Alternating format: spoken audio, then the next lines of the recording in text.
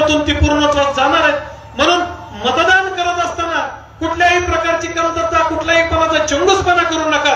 कारण आपल्या आडीनडीला जो उभा राहणार आहे, लासुर्णे गाव हे 18 पगड जातीचं आणि धर्मांचं गाव आहे. ह्या गावामध्ये कधी कुठल्याही माणसांनी, कुठल्याही नेते मंडळींनी जातीवाद केलेला नाहीये. कुठलाही धर्मवाद या गावामध्ये नाही.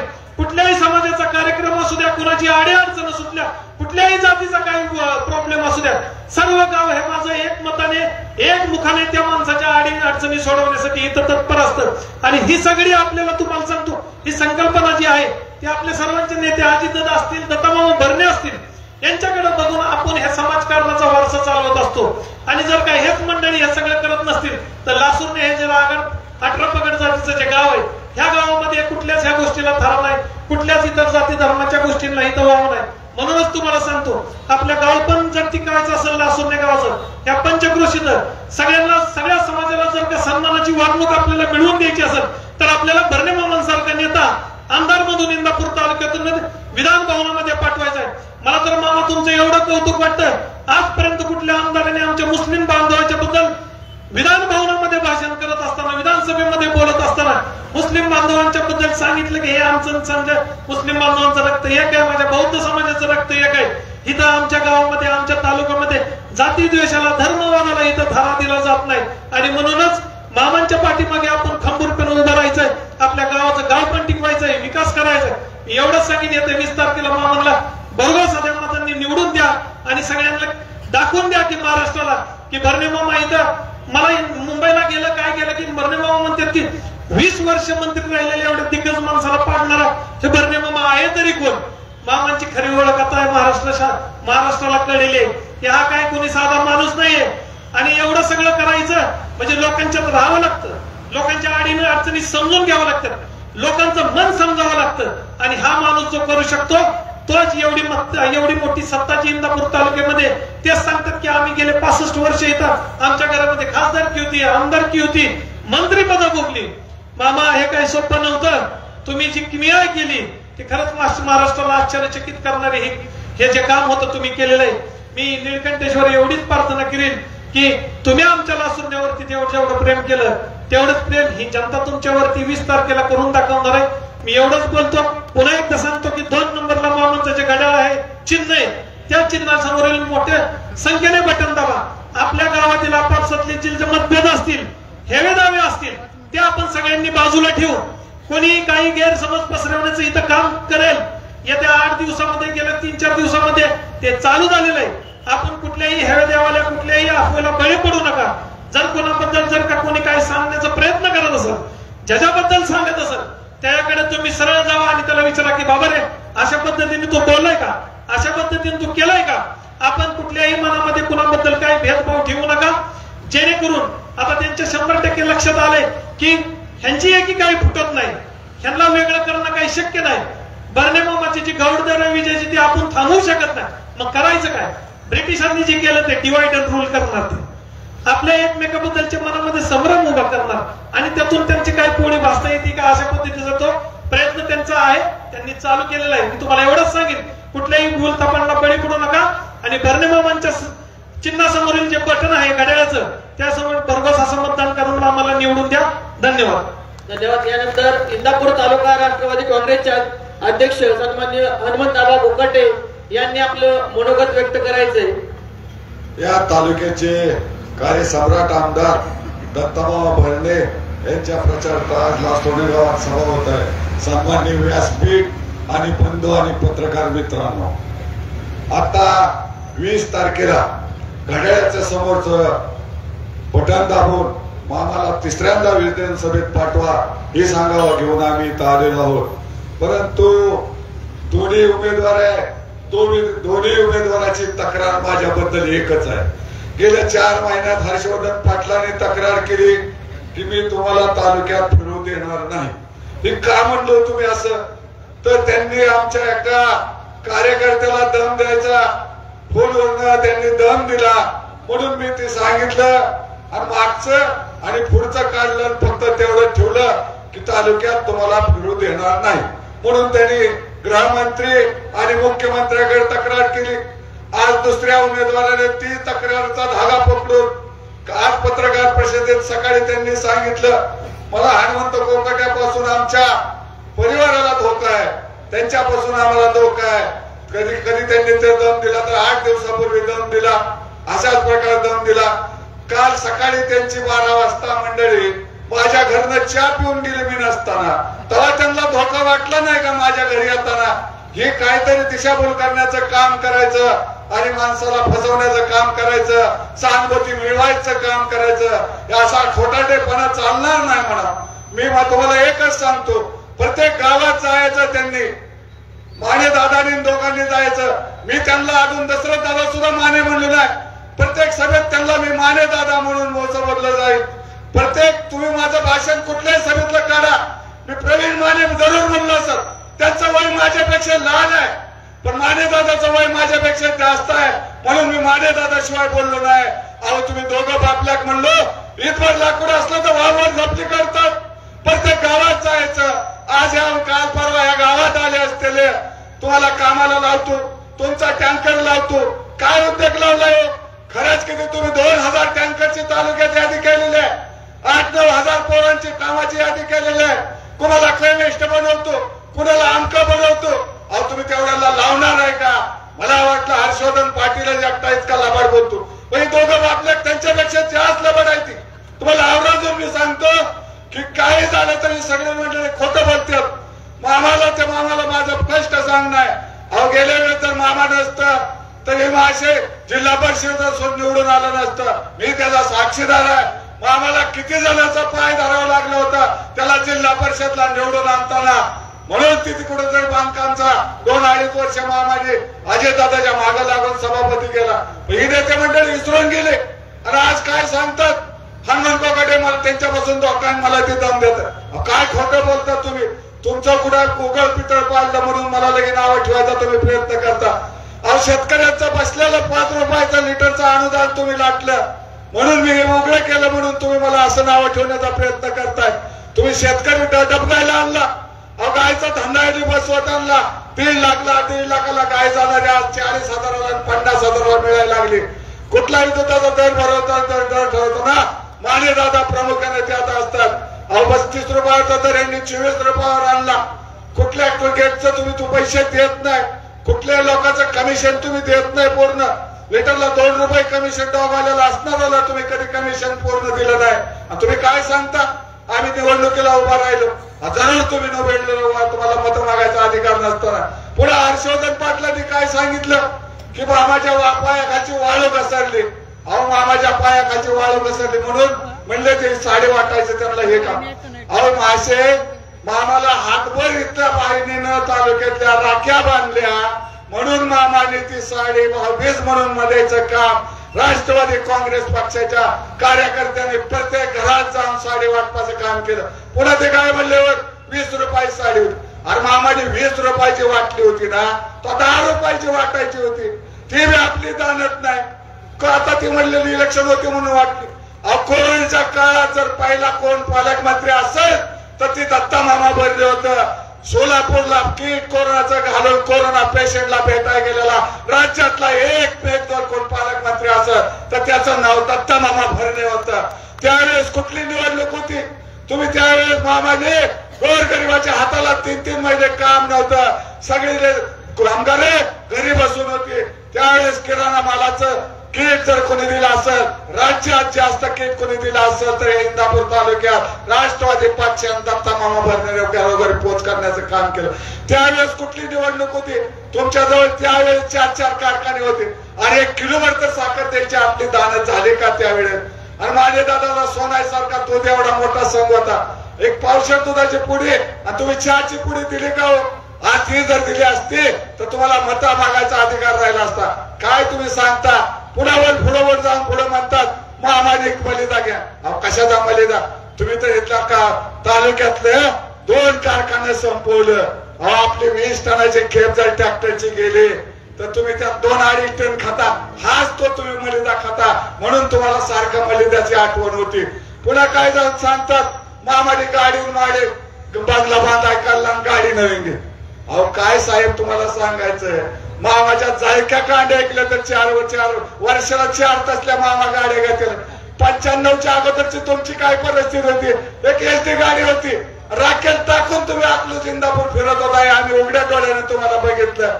95च्या अगोदरची तुमची ही परिस्थिती. तुम्ही काय काळ्या गायचं तूप आणून तुम्ही परपंच केलं का? तुमचं मुंबईत घर, तुमचं पुण्यात घर, तुमचं इंदापूर मध्ये घर, शहाजी बागेत घर, बावड्यात घर, हे कुठून तुमची संपत्ती आली? या दोघांनी उमेदवाराला माझा सामना आहे. 23 तारीख झाल्यानंतर तुमच्या दोघांची मी चौकशी लागणार आहे. आमचा बाळासाहेब कारगळ हे कागदपत्राची जुळवणी जाता सध्या करत आहे. हे तुम्हाला मी आवर्जून ठणकावून सांगतोय. तुम्ही प्रत्येक निवडणुकीत पक्ष बदललाय, प्रत्येक निवडणुकीत चिन्ह बदललंय. अहो तुम्ही पहिल्यांदा लढला विमानावर लढला, दुसऱ्यांदा लढला पंजाब लढला, तिसऱ्यांदा लढला कमळावर लढला. आता तुम्ही तुतारी चौथ्यांदा घेतली. तुतारी घेतली तुम्ही. तुतारी ज्या दिवशी घेतली त्याच दिवशी तुमच्या फुकऱ्या झालेल्या आहेत. हे तुम्हाला मी आवर्जून सांगतो. येणारा काळ ठरवेल आणि तुम्ही येणाऱ्या 20 तारखेला असं मतदान करा की त्यांना परत तलब झाली नाही पाहिजे. मामाच्या समोर उभा राहायचे, घड्याळाचं समोरचं बटन दाबा, तिसऱ्यांदा मामाला विधानसभेत पाठवा. एवढीच मी कळकळीची विनंती करतो आणि माझं भाषण संपवतो. जय हिंद, जय महाराज, जय राष्ट्रवादी. धन्यवाद. यानंतर इंदापूर तालुक्याचे विधानसभेचे उमेदवार इंदापूर तालुक्याचे लाडके आमदार दत्तमामा भरणे यांनी आपलं मनोगत व्यक्त केलं. सर्व बंधू आणि भगिनींनो, 20 तारखेला आपण सर्वांनी मला मतदान करावं, मतदान रूपी आशीर्वाद द्यावा ही विनंती करण्यासाठी आज मी तुमच्या सगळ्यांच्या समोर आलेला आहे. बंधूंनो, अनेकांनी भाषणं केली. भाजप, शिवसेना, शिंदेगड, आरपीआय आणि या गावातले सगळेच पदाधिकारी, गावचे सरपंच, सर्व त्यांचे ग्रामपंचायतीचे आजीमाजी सदस्य, सर्व सामाजिक संस्थांचे प्रमुख, आता मी कुणाची मुद्दामून नाव घेत नाही, सर्व ज्यांनी भाषण केले ते सगळे आणि व्यासपीठावर सर्व उपस्थित पत्रकार बंधू आणि भगिनी, तुम्ही सर्वांची भाषण ऐकली. भाषण ऐकताना त्यांनी तुम्ही सांगितलं गेली 5-10 वर्ष तुमच्या सर्वांच्या आशीर्वादाने माझ्यासारखा कार्यकर्ता तालुक्यामध्ये आमदार म्हणून काम करतोय. आमदार म्हणून काम करताना तुम्हाला सगळ्यांना माहित आहे, माझी काम करण्याची पद्धत तुम्हाला सगळ्यांना माहित आहे. या तालुक्यामध्ये अधिकचा निधी कसा आणता येईल, या तालुक्यामध्ये मागासवर्गीय वस्तीमध्ये कसा निधी आणता येईल, या तालुक्यामध्ये मुस्लिम वस्तीमध्ये कसा निधी आणता येईल, तो आणण्याचा प्रयत्न माझ्यासारख्या कार्यकर्त्यांनी बंधून केलेला आहे. काम करताना कधीही जवळचा, लांबचा, जातीचा, पातीचा, गटाचा, पक्षाचा कधी विचार केला नाही. येणारा माणूस कोण आहे, त्याचं काम काय, त्याचं काम कसं मार्गी लागल, तो माणूस आनंदाने कसा बाहेर जाईल, किंवा आपल्याकडून जर काम होणार नसेल तर मी त्याला नम्रपणे मी त्याला सांगायचो की माझ्या कोटीच्या बाहेरचं काम आहे. त्यामुळे बंधूंनो, मी तुम्हाला एवढंच सांगतो, खूप काम करण्याचा प्रयत्न केलेला आहे. तुम्ही सर्वांनी पाहिलेला आहे. मगाशी अनेकांची भाषणं मी बारकाईने सगळ्यांची ऐकत होतो आणि अनेकांनी याविषयी आपल्या सगळ्यांना सांगितलेलं आहे. विरोधक आता माझ्यावरती टीका करतात. आज 6000 कोटीपेक्षा जास्त निधी आणल्यामुळं, त्यामुळं आता एवढा निधी आणल्यानंतर लोक मामाची गवगवा करतील, मामाची वाहवा करतील. मग कुठेतरी तुमच्या सगळ्यांची दिशाभूल करायची, कुठेतरी एक राजकीय षडयंत्र वापरून मलिदा गँग पण म्हणायचं. त्या तालुक्याचा मलिदा कुणी खाला हे आपल्या सर्वांना बंधूंना माहिती आहे. मी त्याच्यावरती अधिक काय बोलणार नाही. तुम्हाला सर्वांना माहित आहे. मगाशी मला वाटतं गजाबाबू अमोल पाटील सांगत होते, दोघां ठिकाणी कुठे सांगितलं तानाजी बापूंनी की या सरकारने अनेक चांगल्या योजना आणल्या. लाडकी बहीण असेल, लाडकी लेक असेल, मोफत 3 गॅस सिलेंडर असतील, शेतकऱ्यांची वीज माफी असेल, किंवा अशा अनेक योजना सरकारने आणल्या आणि निश्चित प्रकारे त्याचा फायदा आपल्या सर्वसामान्य आमच्या महिला भगिनी असतील, आमचा सर्वसामान्य शेतकरी असेल, या सर्वांना झालेला आहे. मला वाटतं व्यासपीठावर राजाभाऊ फक्त मोळकर आवाज प्रवेश करायला कोण शिंदे सर मोळकर आवाज येतात आपल्याला पाटील साहेब मोळकर आवाजांचं पण आबा मला वाटतं इथं आपल्या भागात तुम्हीच होता. तुमचाही आभार मानतो की तुम्ही खूप चांगला निर्णय इथं त्यांच्यामधनं येऊन राष्ट्रवादी पक्षामध्ये येण्याचा निर्णय घेतला. त्याबद्दल आबा तुमचाही आभार मानतो. आणि आता काय झालंय ते म्हणतात की खरं तर मामांनी पवार साहेबांना सोडायला नको होतं, ते असं काहीतरी एक सहानुभूतीसाठी म्हणतात. मी तुम्हाला आज प्रामाणिकपणे सांगतो, मी अजून कुठलंही घड्याळ सोडलेलं नाही साहेब. मी जे उभं राहिलोय ते घड्याळाच्या चिन्हावरती उभं राहिलोय. त्यामुळे मी मत आपल्याला घड्याळासाठी मागतोय. मी तुम्हाला सांगतो, उलट बघायचं असेल, एक कुठं आता कुणी पक्ष सोडलाय तर तुम्ही बघा.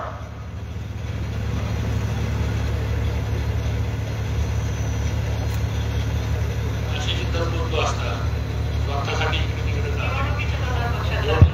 पक्ष बदलायचा, ते पक्ष बदलतात म्हणजे त्या पक्षाबद्दल त्यांचा स्वार्थ त्याच्यामध्ये.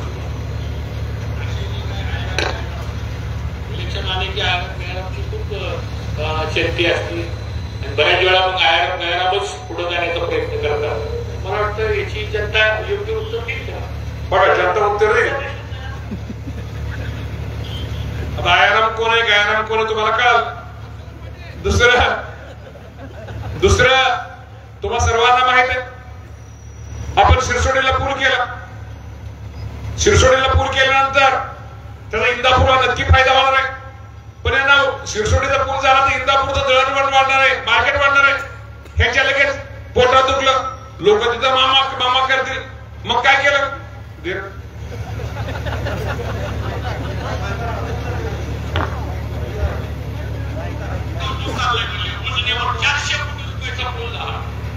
चांगली गोष्ट आहे, करणं गरजेचं आहे. पण त्याची आग गरज होती का? त्यांना ह्यांना गरज होती. सांगा बरं, कोणी उजनी धरणावर एक मोठा पूल करा असं कुठं मागणी झाली? त्यांनी नव्हती केली, लोकांनी केली. एक उदाहरण सांगा.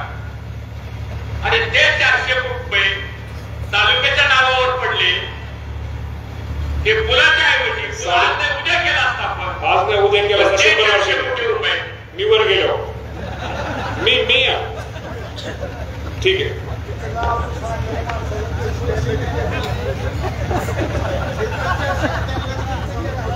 म्हणजे सांगायचं. आणि काय झालं, सध्या त्यांना माझं इतकी भीती वाटते की उठल्या सुटल्या मी दिसतो.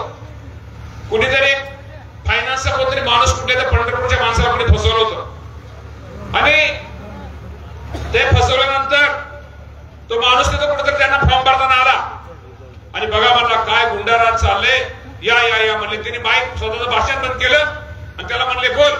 मग तो बिचारा सांगत होता की मला कुणीतरी मारलं, कोणतरी डोंबाळे कोणतरी होता आणि मला त्यांनी मारलं, ते मला मारलं. आणि ते आपल्याला बेलवाड्याचं कोणतरी होतं, ते म्हणत ते बिचारा बोलत होतं भरणेचा कार्यक्रम, भरणेचा काय असं नाव घे म्हणतो. तुम्ही बघितला व्हिडिओ का?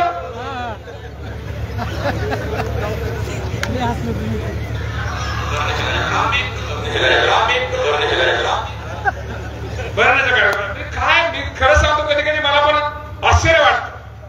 बाबांनो, इतकी तालुक्यामध्ये घेतं दूध इतकी दिला पाणी, अरे किती दिवस लबाडी करता. मगाशी हंबाबाने सांगितलेली गोष्ट खरी आहे. या तालुक्यामध्ये सुखदुःखाच्या काळात तुम्हाला विकासाचा निधी तर दिलाच, तुमच्या सुखदुःखामध्ये आधी येण्यास सुद्धा प्रयत्न माझ्यासारख्या कार्यकर्त्यांनी प्रामाणिकपणे केलेला आहे. या तालुक्यामध्ये आरोग्याची चांगल्या प्रकारची सेवा देण्याचा प्रयत्न केलेला आहे, अनेक कामं केलेली आहेत. आता इथून पुढे मला तुम्हाला एकच सांगतो, आपल्याला जी कामं करायचे ते शेतीच्या पाण्याचं काम आपल्याला करायचंय.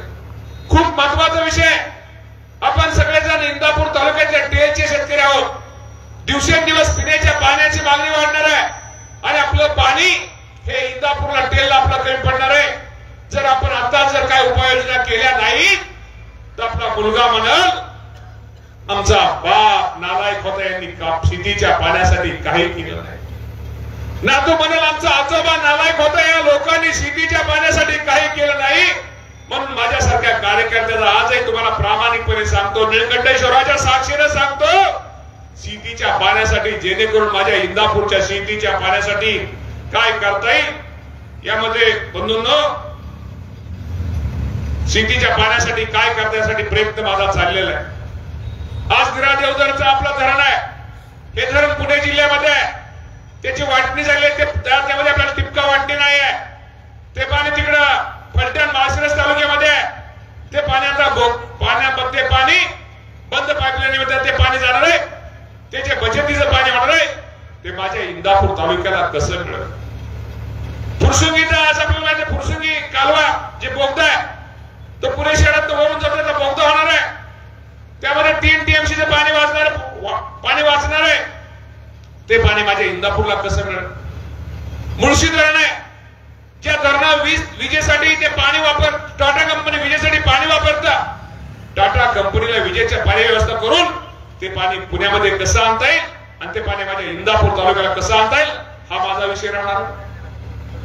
चौथा विषय राहणार आहे, जे आपण घाट माथ्यावलं पाणी पावसाळ्यामध्ये वाहून कोकणामध्ये जातं आणि कोकणामध्ये समुद्रामध्ये जातं, ते पाणी उचलून धरणामध्ये कसं टाकता येईल, हा आपला सगळ्यांचा प्रयत्न राहणार आहे. हा प्रयत्न राहणार आहे. आणि बाबांनो, एवढं करून सुद्धा मला वाटतं की अजून हे पाणी पुणे शहर वाढतंय, अजून 20-25 वर्ष आपलं ठीक राहील. आपल्याला उद्या 100 वर्ष जर आपली चांगली जायची असेल, 100 वर्ष शेतीला पाणी जर कमी पडत नसेल, तर आपल्याला उजनीवरून योजना आणल्याशिवाय आपल्याला मार्ग नाही. त्यामुळे माझ्यासारख्या कार्यकर्त्यांनी 2020 रोजी पासून प्रयत्न केला की जे आपलं उजनीतलं पाणी शेतफळामध्ये टाकायचं आणि शेतफळामध्ये पाणी टाकून माझ्या इंदापूर तालुक्याला ते पाणी आपल्या इंदापूर तालुक्याला आणि खडकवासल्याला कसं देता येईल यासाठी माझा प्रयत्न होता. त्यासाठी योजना मग मी आज बोलणार होतो. मागच्या कुठेतरी 8-10 दिवसापूर्वी पत्रकारांनी घेतलं आणि त्यांनी सांगितलं ही योजना मंजूरच नव्हती, फक्त सर्वेचा आदेश दिला होता. या लोकांना काय माहितीये सर्वेचा आदेश घ्यायसाठी किती मिटिंगा झाल्या, काय झालं जरा बघा.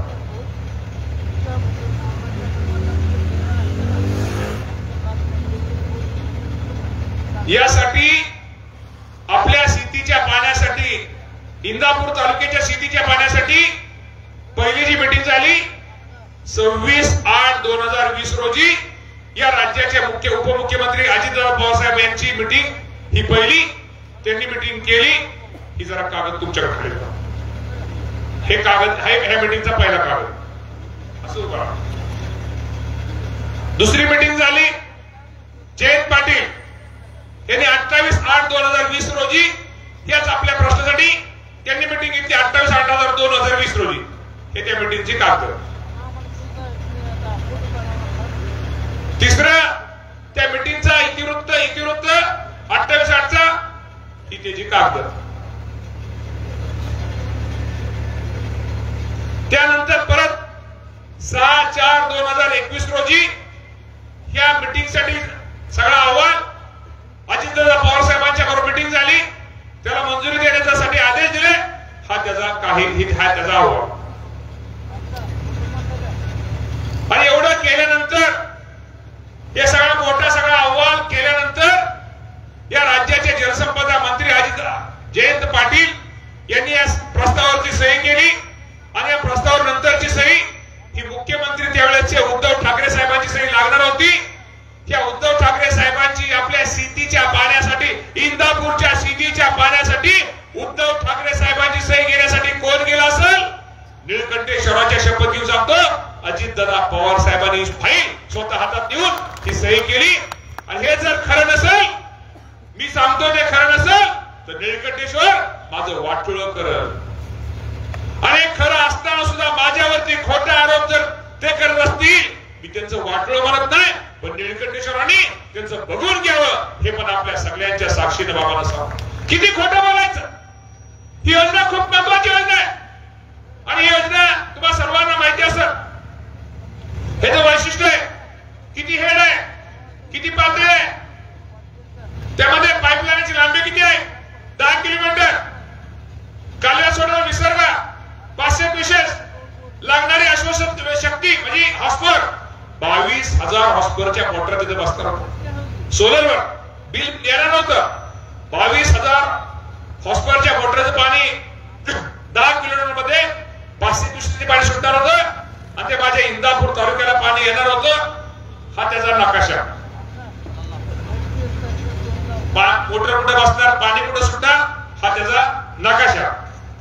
आणि तुम्हालाच राहू देते. एवढी मोठी चांगल्या प्रकारची योजना आणल्यानंतर मंजूर त्याला मान्यता मिळाल्यानंतर सर्वे करा. हा ठीक आहे, सर्वेचाच मंजूर हे दिले. सर्वे आणि परत ते हा वर एक राहिलं, एक मिनिट ते मेन मोठं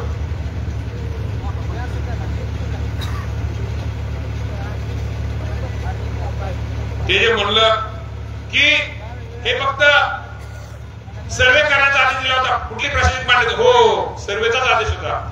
हे सगळं तयार केल्यानंतर मुंबईच्या पत्रे आपल्या संदर्भित पत्राने प्राप्त प्रस्तावाच्या अनुषंगाने तत्वता मान्यता कळवण्यात येत आहे.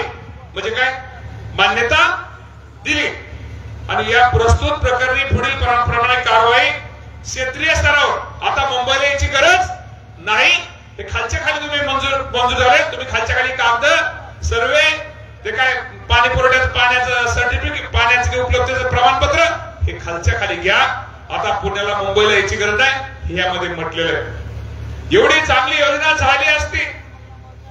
आज बंधूंनो, मी तुम्हाला प्रामाणिकपणे सांगतो, ही जर योजना झाली असती तर माझ्या राजकारणाचं कसं होईल? लोक परत मामा करतील. त्यामुळे सोलापूरकरांची डोकी कुणी भडकवली, त्या लोकांचा गैरसमज कुणी केला हे तुम्हा सर्वांना माहित आहे. माझ्यासारख्या कार्यकर्त्याची जीवनपणी प्रेतयात्रा काढली गेली. ती प्रेतयात्रा उजनीमध्ये बुडवली गेली. त्याचं मला दुःख नाहीये. दुःख ह्याचं आहे की माझ्या हातात तोंडाशी आलेला शेतकऱ्यांचा घास उद्या 100 वर्ष पुरेल असं एवढं शेतीचं असणारी पाण्याची योजना या लोकांच्या राजकारणामुळे, या लोकांच्यामुळे ती रद्द झाली. याचं दुःख माझ्यासारख्या कार्यकर्त्याला बंधूंनो माहिती आहे. मला माहित आहे शेतकऱ्याचं दुःख काय आहे. त्या लोकांची शेती पिकली, त्यांना काय फरक पडणार नाही. जर माझ्या शेतकऱ्याचं शेती पिकली नाही, त्या शेतीच्या पिकावरती मला माझ्या तिच्या पोरीचं लग्न करायचंय, पोराचं लग्न करायचंय, त्यांना पाईपलाईन करायची आहे, त्यांना रान ओढायचंय, नवीन रान घ्यायचंय, घर बांधायचंय, अनेक स्वप्न त्यांनी रंगवलेले असतात. जर शेतामध्ये किती जरी दुसरं उत्पन्न असलं आणि शेतामध्ये जर एखादा शेतकरी गेला, त्याचं जर पीक करपलेलं दिसलं किंवा पीक जळलेलं दिसलं तर झोपताना त्या शेतकऱ्याला किती त्रास होतो हे आपण सगळ्यांनी बघितलेलं आहे बाबांनो. खूप मोठं पाप, खूप मोठा शेतकऱ्यांचा तंत्र. ज्यांनी ही योजना रद्द करण्यासाठी कारस्थान केलं, त्यांना लागले, ह्याच्या राजकारणासाठी केलं, त्या लोकांना लागल्याशिवाय राहणार नाही. त्यामुळे मला तुम्हाला सगळ्यांच्या समोर एकच सांगायचंय, आता जे आपल्याला लढायचंय ते शेतीच्या पाण्यासाठी लढायचंय. हो, ही रद्द झालेली योजना पुन्हा एकदा आपल्याला सुरू करायची, ती योजना मंजूर करून घ्यायची. यासाठी बंधूंनो, या राज्याचे मुख्यमंत्री एकनाथजी शिंदे साहेब असतील, देवेंद्र फडणवीस साहेब असतील, अजितदादा पवार साहेब असतील, या सर्वांची आपल्या सगळ्यांना मदत लागणार आहे. त्यामुळे हे खूप महत्वाचा विषय, खूप महत्वाचं काम आपल्या सगळ्यांच्या दृष्टिकोनात आहे. आज सरकारने दुसरं कुठलं केलं? आज माझ्या लासूर नाही करणार. मी तुम्हाला आज सांगतो, शेवटी सरकारने एक खूप मोठा निर्णय आपल्या सगळ्यांसाठी घेतलेला आहे. एक क्रांतिकारक निर्णय घेतलेला आहे. एक तुमच्या जंक्शन लासूरने, बारणेवाडी, अंतुर्णे, वालचंदनगर, कळस या परिसरासाठी एक खूप मोठी बातमी आहे.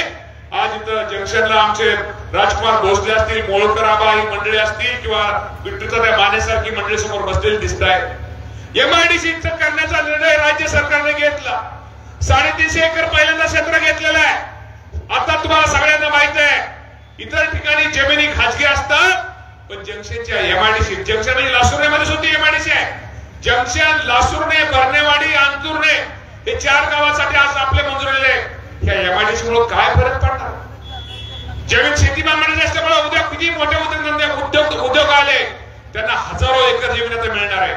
कारण जमीनच शासनाची आहे, तर त्यांना जमीन कोणाला कुठल्या खाजगी मालकाची नसल्यामुळे एक मोठी एमआयडीसी मध्ये एक एमआयडीसी होणार आहे. तो रोड मोठा झालेला आहे, तो कॉन्क्रीट रोड झालेला आहे, हा रोड मोठा होणार झालेला आहे. तिकडे बीके बँक मोठा झालेला आहे, इकडे कराडला जायला तिकडे मोठा रोड झालेला आहे, लोणीला झालेला आहे, नगर झालेला रोड झालेला आहे. त्यामुळे एमआयडीसी मध्ये येणारा उद्योगपती हा निश्चित प्रकारे विचार करून येणार आहे. त्यामुळे इथं असणाऱ्या तरुण बेरोजगार लोकांना रोजगार मिळणार आहे. अनेक जण छोटे व्यवसाय सुरू करायचे, त्याला तिथे व्यवसाय सुरू करता येणार आहे. आणि एमआयडीसीचं वैशिष्ट्य आहे, कुठला झोन आहे बा तो? आता कुठला झोन मध्ये त्याला डी झोन असल्यामुळं साधारणतः सगळ्या तिथे मला वाटतं किती सबसिडी 35% ते 60% सबसिडी यातनं मिळणार आहे. त्यामुळे त्याचा तरुण आमच्या उद्योगपतींना त्यामध्ये फायदा होणार आहे. डी झोन असल्यामुळे अनेक उद्योग जंक्शनला येतील. त्यामुळं तुमचा हॉटेल व्यवसाय असं तुमचा कुठलाही व्यवसाय माझ्या इथं इतकी रहदारी इतक्या आमच्या मशिनरी पासून जीसीबी पासून तुमच्या प्रत्येक गोष्टीमध्ये इथं खूप मोठी क्रांती होणार आहे. आणि त्यामुळे आपलं हे जंक्शन हा लासूर परिसर त्याचा खूप मोठा फायदा हा भविष्यामध्ये होणार आहे. त्यामुळे बाबांनो आता जंक्शनची एमआयडीसी मंजूर केली. मला कोणतर सागर पाटील का कोण म्हणलं की असं कोणतरी म्हणतंय की एमआयडीसी काय कॅन्सल म्हणून झाली कसं काय आलंय का. ह्या लोकांना बघवतच नाही. स्वतः काय करायचं नाही आणि दुसऱ्याने केलं तर पटत नाही. आपलं पोरग दुसऱ्याचं कारण बरोबर नाही. बरोबर नाही. अरे 20 वर्ष तुम्ही मंत्री होता हे बरोबर नाही. तुम्ही करायचं होतं. मगाशी कोणीतरी साडीचा हनुमाबाने विषय काढला. सचिन साडीचा ठीक आहे मी साडी दिली आम्ही पक्षाने साडी दिली तुम्ही द्यायचं. तुम्ही काय द्यायचं नाही. तुम्ही मात्र हे करायचं नाही. दुसऱ्या दिलं त्याला नावं ठेवायची. किराणाचं किटचा विषय का रे बाबा. करोनाचं संकट होतं. या संकटाच्या काळामध्ये गोरगरीब माणसाला रोजगार नव्हता. त्यावेळेस किराणाचं किट आपल्या राष्ट्रवादी पक्षाच्या माध्यमातून दिलं गेलं. रक्तात संकलन केलं. तुम्ही एवढे मोठे स्वतःला म्हणता. एवढी जनतेची काळजी होती का तुम्ही किराणाचं किट माझ्या इंदापूर तालुक्याच्या शेतकऱ्यांना गरीब माणसाला दिलं नाही. अरे किराणाचं किट सोडून द्या. तुम्ही चहाची पुढे तरी दिली नाही दिली. आणि आता मतभागा तुम्ही आलाय. मला मुस्लिम समाजा बांधवांना पण एक सांगायचं आहे. तुम्ही त्यांना उद्या आले विचारा. मुस्लिम बांधवांचं नाव घ्यायचं इथं कुठेतरी सांगायचं. कुठेतरी धर्माधर्मामध्ये वेगळा प्रचार करायचा. मुस्लिम समाजात त्यांना विचारायचं त्यांना उद्या आले तुम्ही विचारा. तुम्ही आमच्या समाज तुम्ही नाव घेता मुस्लिम मत मागता.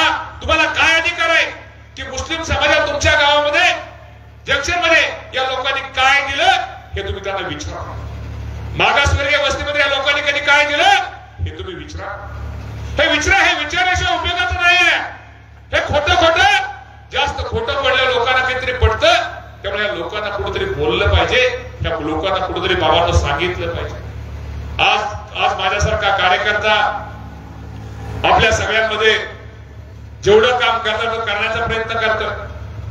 एमआयडीसी असू द्या तुमच्या बाकीच्या गोष्टीमध्ये अनेक गोष्टीमध्ये तुम्हा सर्वांना मदत करण्याचा प्रयत्न माझ्यासारख्या कार्यकर्त्याचा बंधून प्रामाणिकपणे राहिलेला आहे. तर 20 तारीख आपल्या सगळ्यांना महत्वाची आहे. 20 तारखेला तुम्हा सर्वांना माहित आहे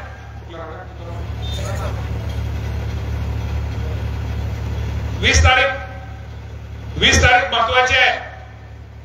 आणि त्यामुळं जे चिन्ह आहे घड्याळ त्या घड्याळाला आपण सगळ्यांनी मतदान केलं पाहिजे. मला एक तुम्हाला हात जोडून विनंती करायची आहे.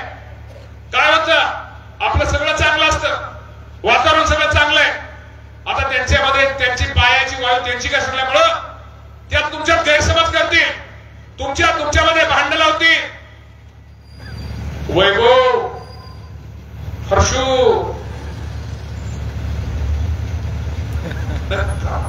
सोमा कुठे आपला हिरो आपला लोट दुसरा विशाल आता तुम्ही कसं आहे ते हुशार आहे.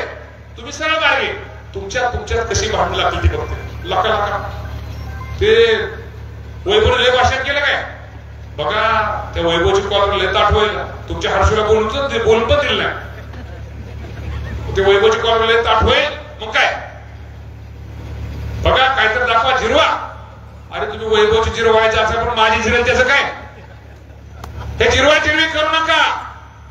कॉलर ताट कोणाची पण कॉलर सगळ्यांची ताट आहे. उद्या लासूरण्यामध्ये मतदान झालं मी तुम्हाला सांगतो याचं श्रेय तुम्हा सर्वांना रे बाबांनो. श्रेय एका दुका व्यक्तीला नाहीये.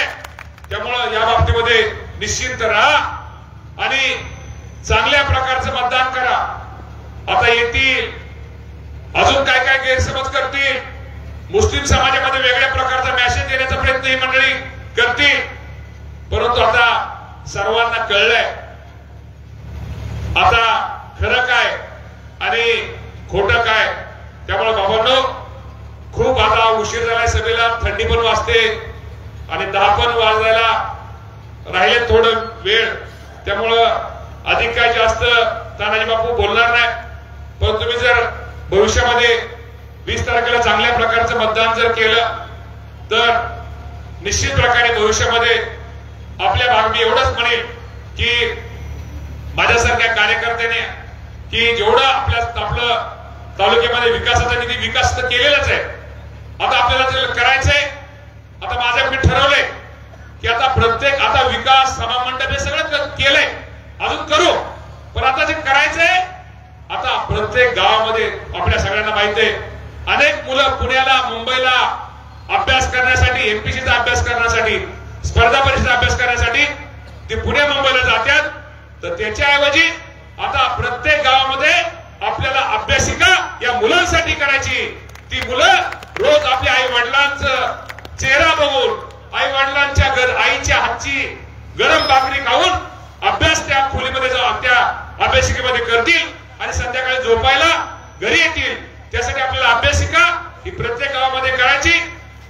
महिलांसाठी प्रत्येक महिला बचत गटांना एकत्र येण्यासाठी एक चांगल्या प्रकारचं प्रत्येक गावामध्ये महिला अस्मिता भवन हे आपल्या सगळ्यांना बघून इथून पुढे करायचंय की जेणेकरून